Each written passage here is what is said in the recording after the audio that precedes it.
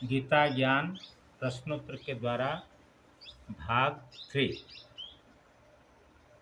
द्वादश अध्याय में भगवान ने कौन सी वैकल्पिक 4 साधना बतलाई। नंबर 1, भगवान विश्वरूप में मन एवं बुद्धि को स्थापन करना। नंबर 2, मन बुद्धि स्थापन न होने पर अभ्यास योग के द्वारा स्थापन करना। नंबर 3, भगवत कर्म में तत्पर होना अर्थात भगवत कर्म को श्रेष्ठ मानकर उनका अनुष्ठान करना। नंबर 4, भगवत आश्रित होकर सर्वकर्म फल त्याग करना। पहला तो है भगवान विश्वरूप में मन एवं बुद्धि को स्थापन करना, ये नहीं कर सकते। दूसरा ये नहीं कर सकते, तीसरा ये नहीं कर सकते, चौथा कोई ना कोई एक साधन करना चाहिए। किसका स्थायी निवास नहीं होता? ब्रह्मज्ञानी का। अनिकेत कहा ब्रह्मज्ञानी को। क्षेत्र किसको कहा गया है? शरीर एवं संपूर्ण संसार को। क्षेत्रज्ञ कौन है? आत्मा। क्षेत्रम जानाति इति क्षेत्रज्ञ, जो क्षेत्र को जानता है वो क्षेत्रज्ञ क्षेत्र से भिन्न है, विलक्षण है।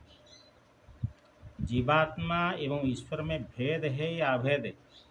अभेद, अर्थात जीवात्मा एवं परमात्मा एक ही है। क्षेत्रज्ञम चापिमाम विद्धि सर्व क्षेत्रेषु भारत।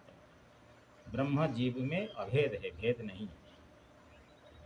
सभी शरीरों में एक आत्मा है या अनेक आत्माएं? एक ही आत्मा है। आत्मज्ञान के साधन क्या क्या है? अमानी भाव, अदम्भी भाव आदि। अमानित्व, मदम्भित्व, अहिंसा, क्षांति, राजवम आदि, ये सब गुण आएंगे तो आत्मज्ञान का उदय होगा। सभी शरीरों में निर्विशेष रूप में कौन अवस्थित है? कौन अवस्थित हैं? परमेश्वर। अकर्ता कौन है? आत्मा। किसके द्वारा कर्म किए जाते हैं? प्रकृति के द्वारा। कर्म प्रकृति से होते हैं। आत्मा चेतन है, ज्ञान स्वरूप है। आत्मा में कोई कर्म नहीं है। गुण कितने हैं और कौन कौन हैं? 3 गुण हैं, सत्व, रजस एवं तम। जीवात्मा को सत्वगुण किससे बांधता है? जीवात्मा को सत्वगुण किससे बांधता है? सुख संग एवं ज्ञान संग से। अहम सुखी, अहम जाने। सुख और ज्ञान को, वैषयिक ज्ञान को, वृत्त्यात्मक ज्ञान को अपने स्वरूप में आरोप करना। आरोप करके ऐसा मान लेता है कि मेरे में सुख है, मेरे में ज्ञान है।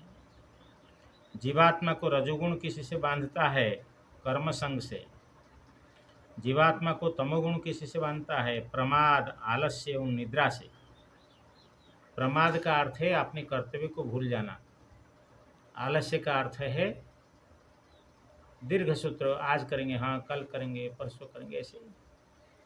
आलस्य माने मंथर गति, धीरे स्वभाव, हाँ करेंगे, हाँ करेंगे। क्षर पुरुष किसको कहा गया है? संपूर्ण कार्य प्रपंच को। अक्षर पुरुष किसको कहा गया है? माया को, जबकि ये पुरुष की उपाधि है, तो उनको गौण रूप से पुरुष शब्द से कहा।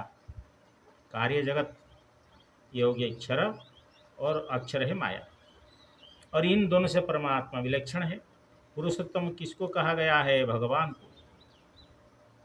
किन संपदाओं से मोक्ष होता है? दैवी संपदाओं से। किन संपदाओं से बंधन होता है? आसुरी संपदाओं से। दैवी संपद विमोक्षाय निबंधाय आश्रिमता। नरक के 3 द्वार कौन हैं? काम, क्रोध एवं लोभ।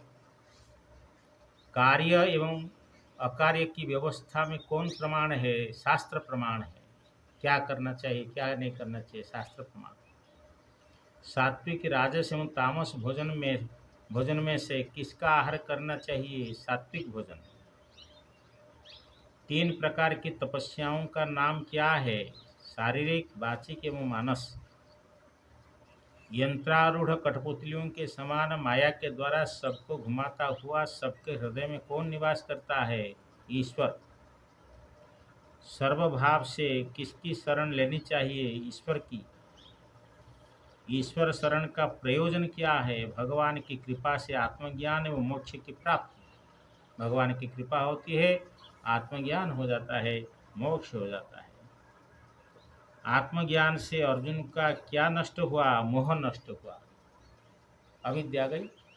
इसलिए आत्मज्ञान के लिए सबको प्रयास करना चाहिए। गीता की यही प्रेरणा है, चाहे निष्काम कर्म योग से हो, चाहे ध्यान योग से हो, चाहे भक्ति योग से हो, चाहे सांख्य अर्थात ब्रह्म विचार विचार योग से हो। सबका उद्देश्य है आत्मज्ञान, आत्मज्ञान से मोक्ष। हरिओम तत्सत, हरिओम तत्सत।